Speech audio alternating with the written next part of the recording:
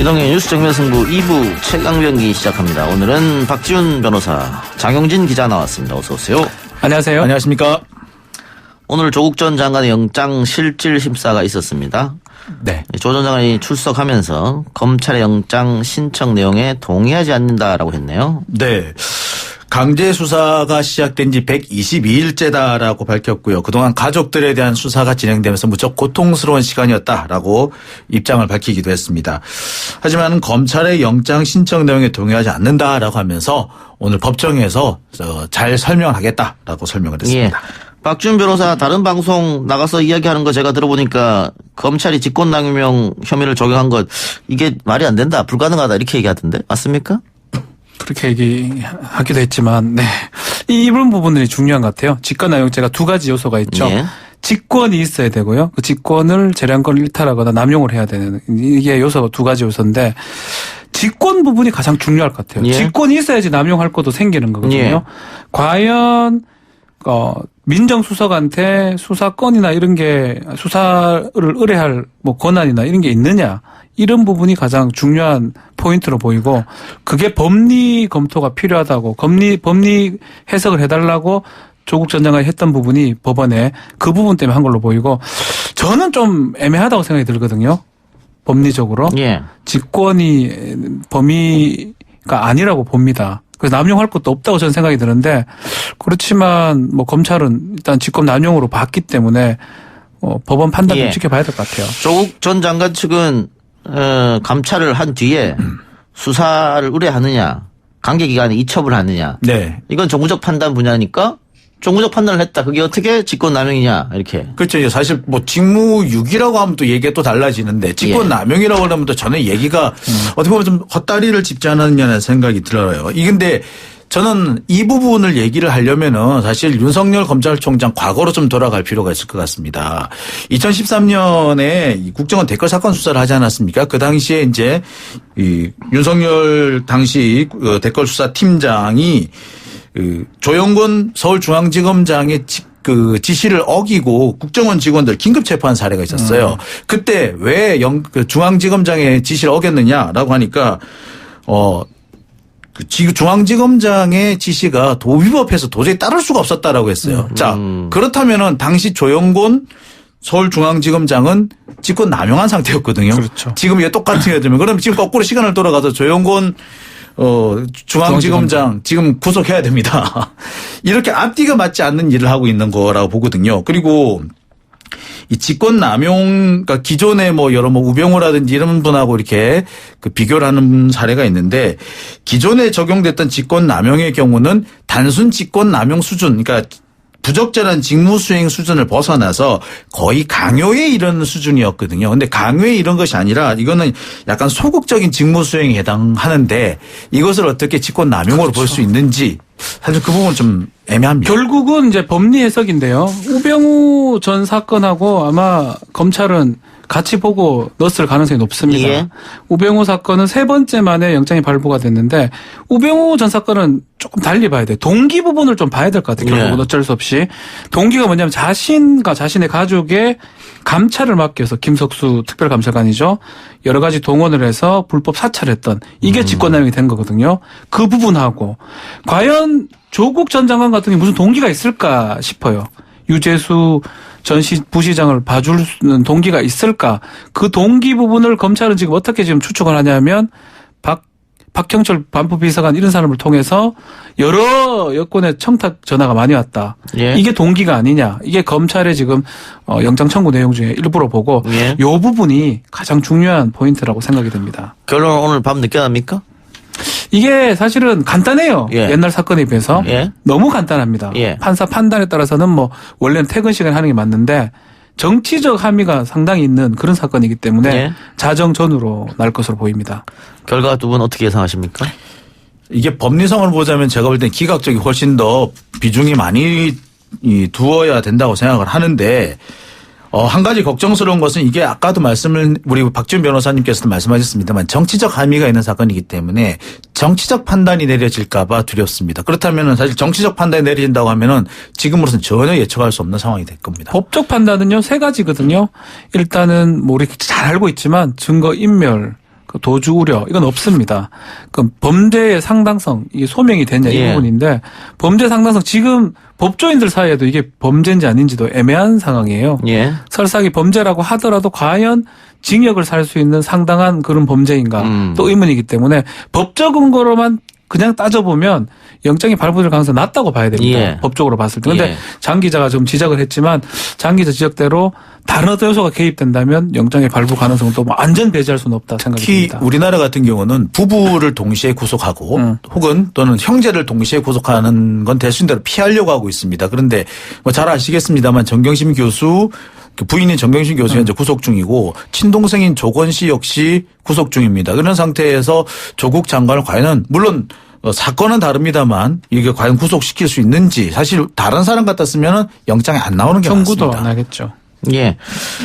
정경심 교수 재판 때 뭐 검사와 판사가 이례적으로 고성이 오고 가고 판사가 검찰을 나무라기도 하고 그런 상황이 펼쳐졌잖아요. 그래서 무리한 기소가 아니었냐 그런 논란이 있었는데 이번에 법원의 영장 실질 심사에서 구속 기각된다면은 또 한 번 검찰의 무리한 기소였다 이런 논란이 있을 것 같네요. 중요한 기로 같아요. 뭐 계속 제가 중요한 기로라 하는데 검찰이 계속 해오기 때문에 뭐 이것도 아닐 수도 있지만 그래도 새롭게 영장을 청구하기는 어려울 것 같거든요. 이번에 만약 기각이 된다면. 아까 얘기한 대로 우병우는 3번이나 쳤잖아요. 그래서 참 뭐 권력이 있기 때문에 뭐 한다면 하는 건데 그래도 일단락 되는 측면으로 봐야 돼요. 연내에 했던 것도 그런 의미가 있는 걸로 보이고요.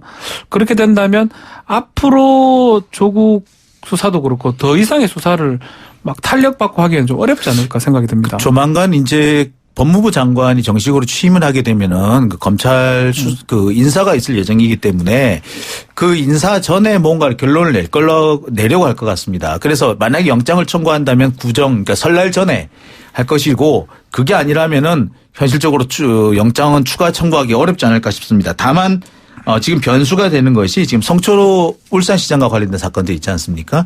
이 부분과 관련해서 검찰이 지금 수사 속도를 좀 빨리 하고 있는데 여기에 또 괜히 희한하게 또 연로가 되지 않을까 뭐 이런 걱정가 좀 있습니다. 알겠습니다. 팟빵 앱으로 미니 아빠예요님 유튜브 보이는 라디오는 이제 안 하나 보네요 하셨는데 오늘 송출이 안 되고 있습니다. 기술적인 문제로 보이는 라디오가 안 되고 있으니까 오늘은 라디오 FM 94.5MHz 들으시든가 아니면 팟빵 앱이나 예스 앱으로 와서 들으시기 바랍니다. 내일은 되겠죠 뭐. 예.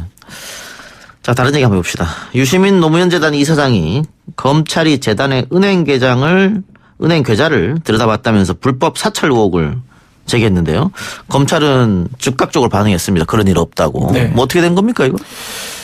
유 이사장 측의 얘기를 좀 들어보면 그래요. 지금 뭐 노무현 재단이라든지 유시민 이사장이 뭐 거래하고 있는 은행이 몇 군데 있는데 주변에서 몇 가지 뭐 좀 제보 비슷한 게 좀 있었던 것 같아요. 그래서 좀 살펴보라는 식으로 얘기를 들었던 모양입니다. 그래서 유 이사장 측 그다음에 노단 측에서 은행 쪽에 문의를 좀 했던 모양입니다. 근데 대부분의 거래은행에서 그런 일 없습니다라고 했는데 한 은행에서 죄송합니다만 말씀드릴 수 없습니다. 라고 했다는 거죠. 그래서 좀 확인을 해본 결과, 검찰 혹은 뭐 수사기관에서 노무현 재단 계좌를 들여다봤고, 현재 계좌주한테 보통 계좌를 들여다보면은 계좌 주인한테 통지를 하게 돼 있는데, 통지를 유예해달라는 요청까지 해놓은 걸로 이렇게 확인됐다는 거죠. 그러니까 정보기관에서 계좌를 들여다볼 수 있는 기관이 몇 개 안 되죠. 경찰, 검찰, 뭐 국세청 이 정도지 않습니까? 네. 이 정도인데. 영장이 필요하고요. 영장이 필요하니까. 그런데 만일 나 모르게 계좌를 봤다고 해도 열흘 지나면은 그렇죠. 나한테 알려주게 돼 있지 않습니까? 그런데 유예를 통보해서 유예가 되면은 뭐 6개월이든 6개월 동안 유예를 할 수 있어요. 그렇게 되는 건데 네. 지금 유시민 이사장 주장은 통지 청구 유예를 해놨더라. 네네. 그래서 검찰 아니냐. 근데 검찰은 우리는 한 적이 없다. 했다 그러면 경찰일 것이다. 이렇게 그렇죠. 이랬단 말이죠. 뭐 즉각적으로 아마 알릴레오 생방을 보고 있는 것 같아요. 구독을 하고. 검찰이요? 안 그러면 그걸 즉각적으로 어떻게 반응을 합니까?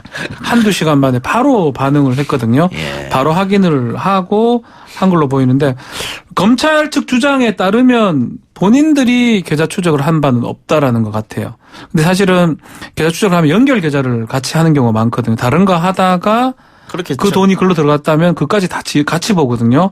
그럴 가능성이 하나. 두 번째는 지금 말씀하신 것처럼 경찰이 아닌 다른 기관, 특히 검찰이 아닌 다른 기관, 경찰에서 지금 했을 가능성.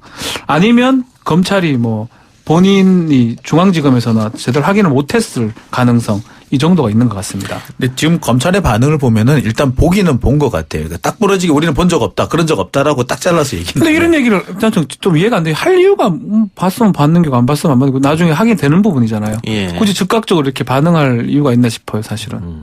그게 뭐 짜장면도 그렇고요. 한식인가? 특별한 부분에 대해서는 되게 빨리빨리 반응을 하는데 정말 필요한 부분에 대해서는 좀 반응이 좀 늦잖아요. 그런 부분이 조금 특이하다는 생각이 듭니다. 예. 그런데 홍익표 민주당 수석 대변인 역시 유시민 이사장의 주장을 뒷받침한 이야기를 필리버스터 도중에 했거든요. 그렇죠. 네. 그렇다면 나름 정보를 두 사람이 공유한 것 아니냐. 그렇다면은 유시민 이사장이 증거를 지금 내놓을 수 없다고 그때 방송에서 얘기했는데 네. 이쯤 되면 내놔야 되는 거 아닙니까? 이렇게 지금 사회적으로 논란이 됐는데. 그래서 뭐 저도 이렇게 통화를 좀 해봤는데요. 유시민 이사장과 통화를 해봤는데 제가 보기에도 확실한 근거는 있는 것 같습니다. 저도 이렇게 유시민 이사장이 직접 밝히지 않으시니까 제가 말씀드릴 게 뭐합니다만 제가 들은 바로는 꽤 그럴듯한 꽤 그 신빙성 있는 근거가 있었습니다. 그런데 유시민 이사장이 자신과 또 뭐 자신 아내 계좌까지 봤을 가능성도 있다 이렇게 얘기를 하면서 확인은 못했지만 확인 가능성이 못했지만. 있다 이랬어요. 그러면서 검찰을 많이 비판한 뉴미디어 다른 팀도 아마 봤을 것이다 얘기했거든요. 그렇죠. 그런데 검찰을 많이 비판한 뉴미디어가 몇 명 안 돼요. 여기 다 걸릴 것 여기 같은데. 앉아 있죠 지금. 예, 그렇기 때문에 그런 얘기는 왜 하셨을까 또. 좀 불안해요. 이게 결국은 법 집행이라고 할 수 있지만 이른바 사찰입니다.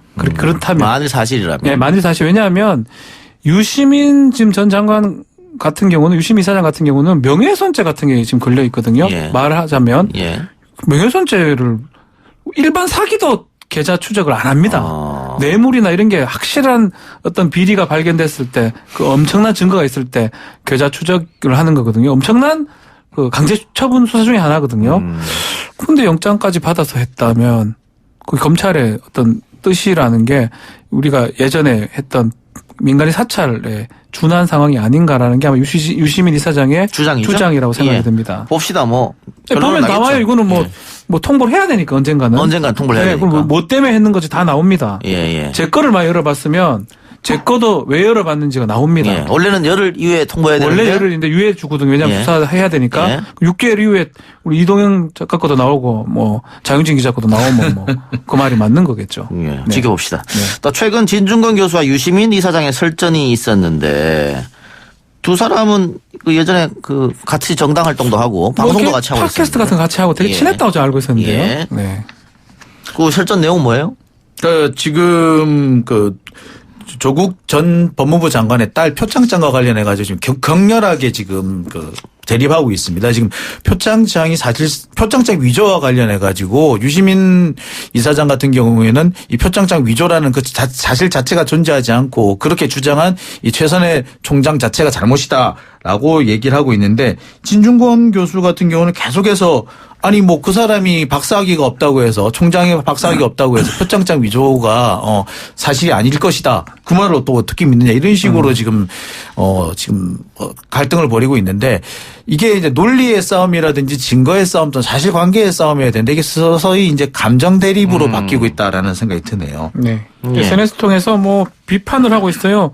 유시민 이사장도 걸릴 게 없으면 뭐하러 이거 계좌 열은 얘기도 하느냐 이러면서 사실은 두 사람이 우리나라에서 대표적으로 논리적으로 말하는 사람 예. 중이잖아요. 두 예. 사람 다. 예.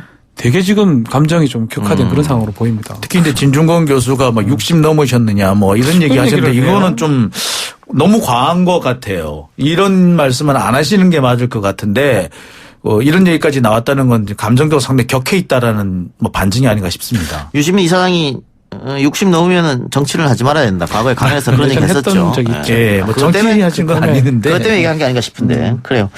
검찰 이야기 이어서 해보겠습니다. 공수처법을 놓고 검찰이 공개 반발을 했다. 뭐 검찰총장이 화가 단단히 났다 뭐 이런 기사도 있던데 이게 뭐 독소 조항 때문이라는데 뭐가 독소 조항이라는 일단 겁니까? 검찰이 지금 독소 조항이라고 지적한 것은 검찰 수사 과정에서 그러니까 공수처의 관할과 관련된 수사를 하게 되면은 공수처의 통지를 하도록 한 그 부분입니다. 예. 이 부분을 그대로 두게 되면은 사실상 공수처가 검찰의 지휘기관이 되기 때문에 이거는 위헌이다. 독소 조항이다라고 주장을 하고 있어요. 예. 근데 사실 이건 앞뒤가 조금 안 맞습니다. 예. 왜냐하면은 지금 현재 지금 그 국회에서 논의되고 있는 것이 공수처법이요. 예. 백혜련안 그러니까 공수처법 중에서도 백혜련안인데 예. 백혜련안의 가장 기본적인 구조가 뭐 어떻게 되냐면 수사는 공수처에서 하는데 기소는 서울중앙지검에 이첩을 해서 하게끔 돼 있어요. 예. 그렇기 때문에 그 수사 관련 정보를 공수처가 일단 가져간다고 하더라도 그것이 뭐 그 수사를 뭉갤 수 있거나 그런 상황이 아닙니다.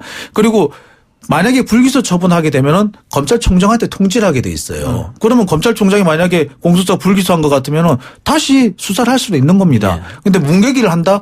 글쎄 저로서는 그게 어떻게 예. 가능한지 모르겠어요. 자, 독소 조항 어떻게 생각하세요? 네, 지금 정확하게 아침부터 우리가 그 얘기를 좀 했었거든요. 장윤진 기자랑. 결국은 중앙지검이 기소를 하거든요. 예. 원점으로 돌아갑니다. 정보를 캐치해가지고 예를 들어서 검찰에서 그거를 공수처에 보고를 한다면 수사만 공수처가 할 뿐이지 결국 기소권은 중앙지검으로 가기 때문에 처음에 그 부분은 중립성 부분이 얘기가 될 수 있지만 궁극적으로는 문제의 여지는 사실 없다고 보니 맞거든요. 전체적으로 봤을 때는. 근데 이제 지금 이게 상당히 좀 문제된다 이런 식으로 지금 검찰에서는 상당히 반발하고 있는 그런 상황 같아요. 근데 윤석열 총장이 뭐 청문회라든가 뭐 국정감사장이라든가 여러 차례 얘기를 했거든요. 네. 국회에서 법을 만들면 우린 따르겠다 이렇게. 안 따르잖아요.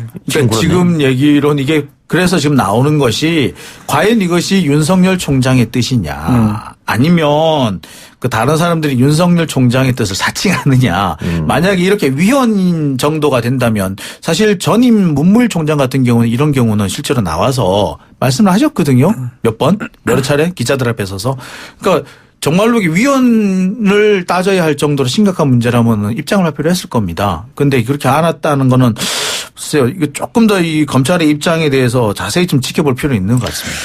알겠습니다. 지난 19일 무연고 묘지의 개장 작업이 진행 중이던 옛 광주교도소 터에서 6월 40여 구가 발견됐었죠. 이 6월 40여 구와 5.18 당시 계엄군 안매장 의혹과 연관성이 있지 않느냐 이런 이야기가 있었는데 자 어떻게 계속 조사하고 있는 겁니까? 그렇죠. 이거는 DNA 감시까지 하면 꽤 시간이 걸릴 것 같아요. 지금 추측은 가능한 부분입니다. 뭐 증언들이 있었죠. 그쪽에서 격전지이기도 하고 고문도 당했던 장소이기 때문에 가능성이 충분히 있다고 보는데 그럼에도 불구하고 정확한 정밀 감시를 하려면 꽤 수주 내지 수개월이 걸립니다. 그때까지는 단언은 하기는 어려운 상황이 아닌가 이렇게 보입니다. 그리고 지금 법의학자 얘기 들어보면 두개골에 구멍이 뚫린 유골들은 이걸 총상이라 보기는 어렵다는 얘기도 있고요. 네. 또 너무 작은 두개골이 나와서 어린아이 것이 아닌가 했는데 여성일 여성일 수도 있다 이렇기 때문에 이건 조금 더 조사가 필요할 것 같고요. 하나만 더 마칩시다. 그 크리스마스 이브 또 크리스마스 이 연휴 사이에 국민들을 또 분노하게 한 사건이 있었는데요. 한 가정집에 시키지도 않은 닭강정 30인분이 배달됐고 그래서 배달하면서 물어봤더니 그 아주머니가 한 분 나와서 우리 애가 왕따 당한 것 같은데 뭐 이런 얘기를 했다고 해서 그렇죠. 지금 굉장히 인터넷상에서 공부를 하고 있습니다. 성인이에요, 근데. 성인인데 왕따를 지속적으로 당해왔다는 거죠. 그래서 시킨 거예요. 여러 명이 그 피해 성인한테 아드님 이름으로 시키는 겁니다 하면서 어머니가 받았는 걸 봤을 때는 어머님이 치킨 30인분 33만 원이죠. 예. 그걸 받은 거거든요. 근데 어머니 입장에서는 뭐 이거 괜찮으니까 3박스만 주고 나머지 가져가라. 계산 내가 해주겠다. 네. 그거는 이렇게 추측할 수 있어요. 이런 일이 반복됐다는 겁니다. 첫 번째라면 이렇게 안 하죠. 그런데 그 닭강정 가게 주인은 화가 나죠. 이게 예. 뭐가 되냐. 괜찮다. 이거 매출 취소하겠다. 그렇죠. 그렇게 하면서 업무방해죄, 위계에 의한 업무방해죄입니다. 속임수 써서 정상적인 치킨 파는 업무를 방해한 거기 때문에 이것을 경찰에 고소했는데 이거 처벌이 큽니까? 그런데 업무방해 이거는 처벌이 작은데요. 네. 제가 계속 말씀드리지만 이런 행위를 반복했을 거면 치킨만 이렇게 시켰겠습니까? 뭐 족발도 이렇게 하고 뭐 여러 가지로 그 사람을 괴롭혔을 가능성이 있습니다. 왜냐하면 어머니의 태도가 딱 반응이 딱 좀 그렇죠. 와닿거든요. 한두 번이 아니다. 예, 예. 여러 차례 당했다라는 것을 충분히 인지할 수 있을 것 같고요. 이런 정도라면은 그러니까 그 전에 아들 명의로 휴대폰 개통해가지고 그렇죠. 300만 원을 뜯어간 적도 있다고. 공갈죄 내지 예. 협박죄 되겠죠. 이렇게 되면은 사실 이게 상습적이라는 것까지 생각해 보면은 그리고 집단을 이루어서 했다고 한다면은 이거는 처벌이 커질 수도 있을 것 같아요. 엄중하게 처벌해야 될 이게 것 같아요. 보니까 고교 시절에 계속해서 왕따를 시킨 게 성인이 돼서도 네. 끊임없이 이어진 거지 않습니까? 더 마음을 아프게 합니다. 크리스마스 이게 뭡니까? 이것도 성인이기 때문에 일벌백계할 필요가 있을 것 같아요. 저는 왕따를 우리 소년법 적용되니까 미성년자는 잘 하기 어렵습니다. 예. 어른까지 익하고 있으면 예. 정신 번쩍 차리게 좀 해야 될 것 같습니다. 예. 이 왕따 피해 당한 분들은 사실은 그래서 성인이 어머니가 돼서도 예. 당당하게 마음 먹고 예. 피해받은 거 다 목록 내가지고 그럼 징역 살게 해야 됩니다. 정신 바짝 차리거라. 그래요. 사투리 좀 썼네요. 예. 피해 당하신 분들은 트라우마를 계속 안고 살아가야 되거든요. 예. 그런 부분이 있기 때문에 반드시 왕따를 근절시키는 차원에서라도 이 부분은 좀 강하게 처벌할 필요가 있다. 이런 말씀으로 두 분 이야기 마무리하겠습니다. 수고하셨습니다. 감사합니다. 감사합니다.